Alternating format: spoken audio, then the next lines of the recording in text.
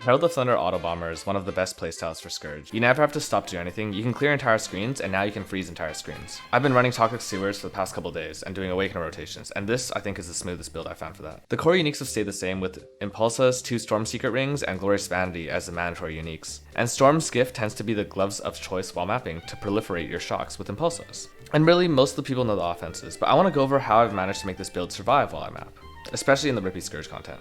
Of course, the playstyle is really important, but beyond this, I have things like phasing, a ton of evasion from Jade Flask, elusive from Assassin, a 6 to 6.5k hybrid pool, and then we get into the more interesting thing. So firstly, I'm using Disorienting Display. Despite what the text says, this is actually a blind aura, and it follows your character around for 4 seconds after it activates. You actually need to manually cast a skill for this aura to occur. So in my case, I'm using a Vortex on left click and Flame Dash, and this actually results in pretty good uptime.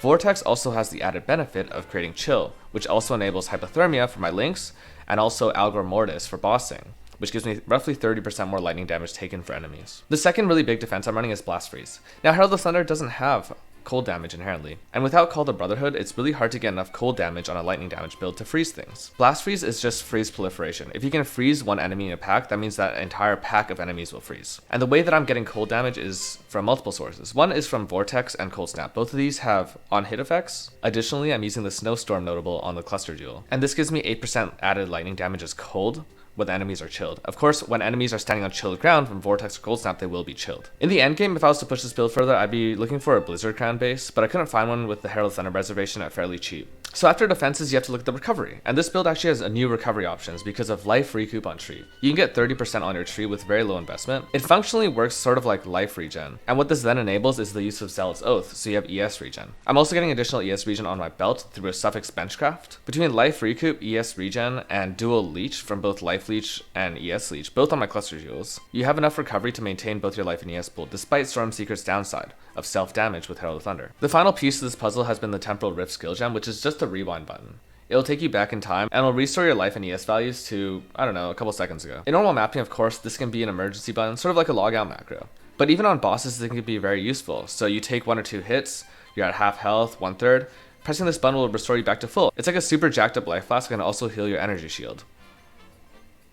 Just as we wrap up, there's a bunch of choices you can make on the tree, and I wouldn't pigeonhole yourself into something. For example, some people like to take Rune Binder so they can have their Stormbrand deal a lot of damage and use a proper 6-link Stormbrand. I personally would rather have the utility on my Stormbrand. If you happen to roll enough evasion on your rares, Ghost Dance is a great option for even more recovery, sort of working like Aegis for Elementalist. And I'll answer 2 final questions. The first is why Assassin. I chose Assassin over Inquisitor because Inquisitor doesn't get the AoE from power charge scaling that Assassin gets. Assassin also happens to be quicker, and because of the loss of Elusive on the tree and need to craft that on boots, Assassin just gives you more speed at lower investment. Now in terms of why not Elementalist, I found Elemental Overload to be really weird, and from my understanding, you have to invest in crit on a non-crit build, and that's something I really never want to do. The second is about minimum budget. If you want to go for the cheapest possible spec, it's probably somewhere around 5 Exalts. I wouldn't get started without at least Glorious Vanity and Pulsa's 2 Storm Secrets and an Agni Rod South. That isn't a lot to get started, and you probably will die a lot during T16s, but all those items are actually fairly cheap now, especially in Pulse's 6th link, which is way cheaper to make now with Tainted Fusings. In fact,